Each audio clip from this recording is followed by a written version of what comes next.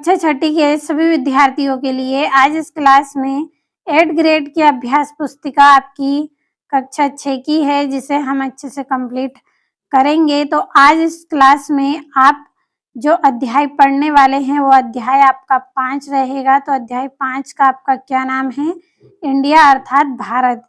तो इसका पहला प्रश्न आपका है, सही विकल्प चुनकर लिखिए। पहला है भारतीय संविधान लागू हुआ। तो जो भारतीय संविधान है वो 1950 में लागू हुआ। दूसरा है भारत को इंडिया नाम किसने दिया? तो भारत को जो इंडिया नाम है वो यूनानियों ने दिया है। किसने दिया है? यूनानियों ने दिया है। अगला आपका जो प्रश्न है तीसरा, किस प्राचीन ग्रंथ में भारत नाम का उल्लेख मिलता है? तो विष्णु पुराण में। विष्णु पुराण में भारत का नाम देखने को मिलता है। तो 12 नंबर वाला सही रहेगा। चौथा है भारतीय संविधान के प्रारंभ में भारत को कहा गया है? तो इसको इंडिया दैट इज भारत कहा गया है। तो सी नंबर वाला आपका इसमें सही रहेगा। तो बच्चों, आपको अपनी जो पुस्तक है उसमें सबको भर लेना है अच्छे से। अब अगला आपका जो प्रश्न है, हिंदुस्तान शब्द का प्रयोग 1800 वर्ष से भी पहले किस शिलालेख में किया गया था? तो फारसी शिलालेख में किया गया। तो डी नंबर वाला आंसर आपका इसमें राइट रहेगा। बढ़ते हैं अगले प्रश्न की ओर। यहाँ से अगला प्रश्न है, इनमें से वह कौन सा देश है जिसे पूर्व में फारस कहा जाता था? तो ईरान है। कौन सा है? ईरान। तो 12 नंबर वाला सही है आपका। सातवां है हवेंग संग या फिर युआन जेंग किस देश का निवासी था? तो ये चीन का निवासी था। कहाँ का? चीन का। आठवां, जिस प्रकार इंडिया अंग्रेजी भाषा का शब्द है उसी प्रकार इंडे शब्द है। तो ये ईरानी भाषा का शब्द है। कहाँ की भाषा का? ईरानी भाषा का है। तो इसका डी नंबर वाला उत्तर आपका राइट है। अब अगला आपका रहेगा, यहाँ से अगला प्रश्न, सप्त सेंधव का अभिप्राय है। तो इसका अभिप्राय है 7 नदियों की भूमि। सी नंबर वाला सही है आपका, 7 नदियों की भूमि। अगला 1947 के बाद भी इनमें से कौन सा देश भारत का अंग था? तो बांग्लादेश। कौन सा? बांग्लादेश भारत का अंग था। अब ये हो गए हैं सही विकल्प। अब हम भरेंगे रिक्त स्थान। तो पहला है आपका रिक्त स्थान, चीनी ग्रंथों में भारत का नाम डेडेस मिलता है। तो तियन जू मिलता है। क्या मिलता है? तियन जू मिलता है। दूसरा है आपका प्राचीन ग्रंथ डेडेस में भारत शब्द का उल्लेख है। तो किसमें? ऋण वेद में। कौन से वेद में? ऋण वेद में। अगला है प्राचीन फारसी में हिंदू पूर्वता एक डेडेस शब्द है। तो क्या ऐसा शब्द है? भौगोलिक शब्द है। अगला है चीनी यात्रा ह्वेन-सांग ने पड्डू लिपियों का अनुवाद संस्कृत में डेडेस भाषा में किया है। तो चीनी भाषा में किया है। ये हो गए हैं आपके रिक्त स्थान। अब यहाँ से कुछ रिक्त स्थान और भी हैं आपके। महाभारत काल में वर्तमान बांग्लादेश की भूमि वाले स्थान को डेडेस कहा जाता है। तो इसको बंग कहा जाता है। अगला है विष्णु पुराण में भारत की सीमाएं समुद्र डेडेस हिमाच्छादित पर्वतों के डेडेस बताई गई है। तो इस तरह के पर्वतों में ये कहाँ पे बताई गई है?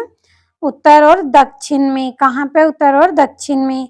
अगला है महाभारत में भारतीय उपमहाद्वीप के लिए डेडेस तथा डेडेस शब्द का प्रयोग किया जाता है। तो भारतवर्ष शब्द भारतवर्ष तथा जम्बू द्वीप का प्रयोग किया जाता है।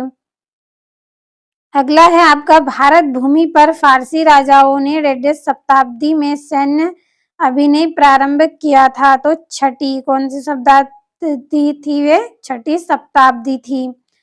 अगला है चित्र 5.2 में भारत के उत्तर पश्चिम में डेडेस पर्वतमाला दिखाई देती है। तो इस तरह की पर्वतमाला कहाँ पे दिखाई देती है? हिंदू कुश में। किसमें? हिंदू कुश में दिखाई देती है। अगला है सम्राट डेडेस के शिलालेख में जम्बू द्वीप का उपयोग संपूर्ण भारत का वर्णन करने के लिए किया जाता है। तो किसका किया जाता है? अशोक का किया जाता है। अब चलिए हमारे यहाँ से प्रश्न शुरू हो गए हैं अति लघु उत्तरी के। तो आपका प्रश्न क्या है?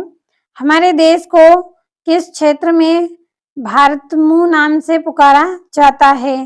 तो दक्षिण भारत में। कहाँ पे? दक्षिण भारत में।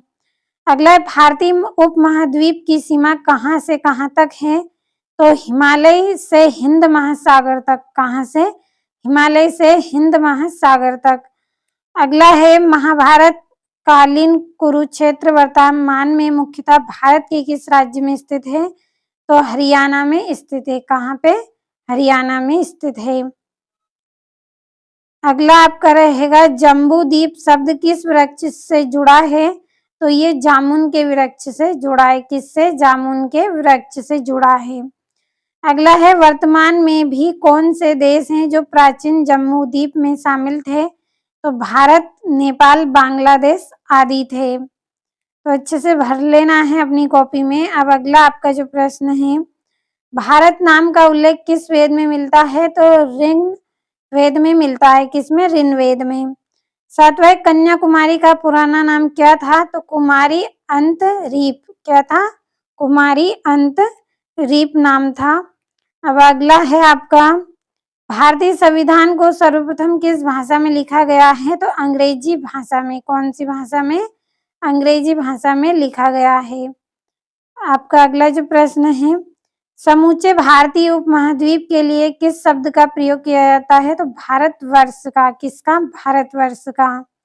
10वां, चीनी शब्द तियांजु कहाँ से लिया गया है? तो सिंधु शब्द से। कहाँ से? सिंधु शब्द से लिया गया है। अब हम लघु उत्तरी प्रश्न पढ़ेंगे।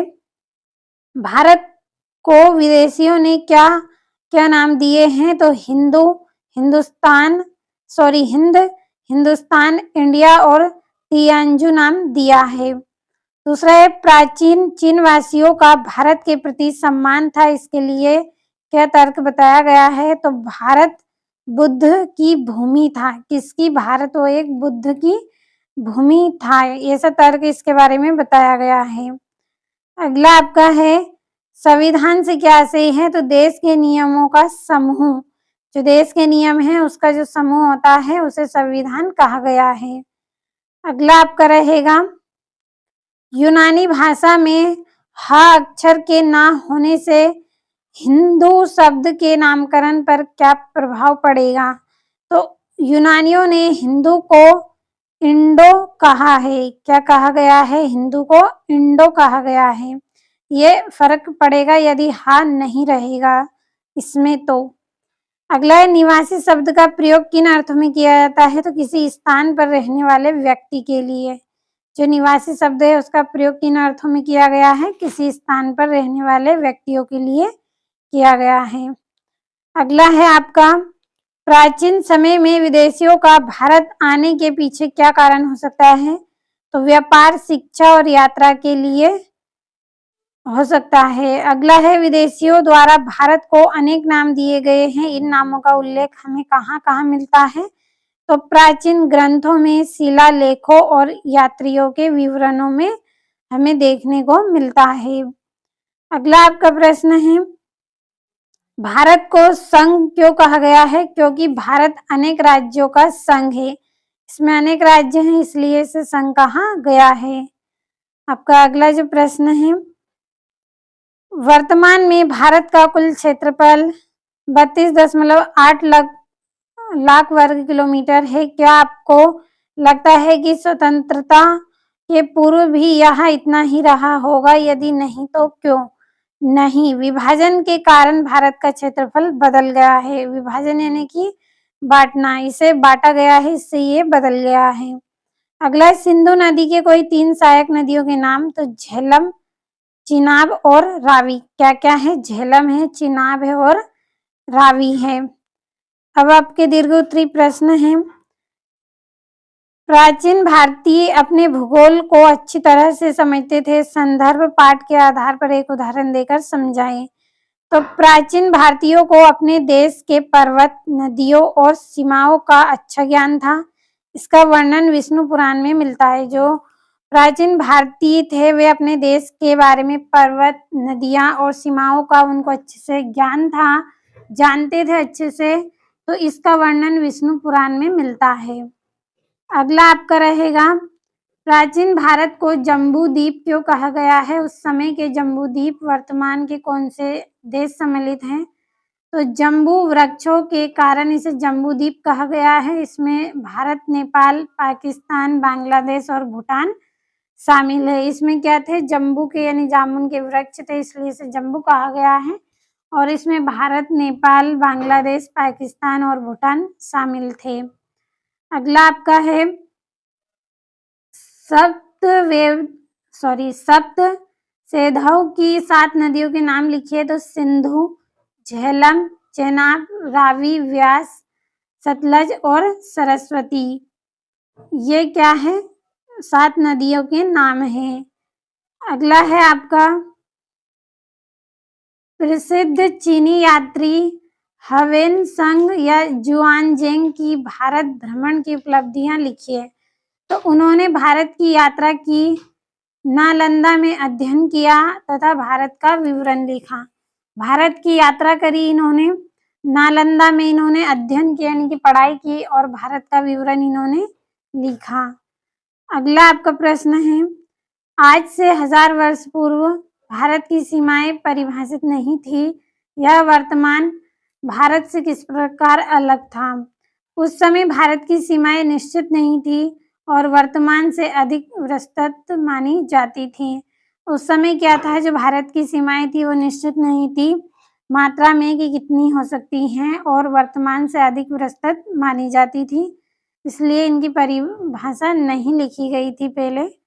अब अगला है आपका, ऐसा क्यों है कि भारत के अधिकांश नाम सिंधु नदी के नाम के आधार पर रखे गए हैं, जबकि उस समय भी गंगा भारत की एक बड़ी नदी थी?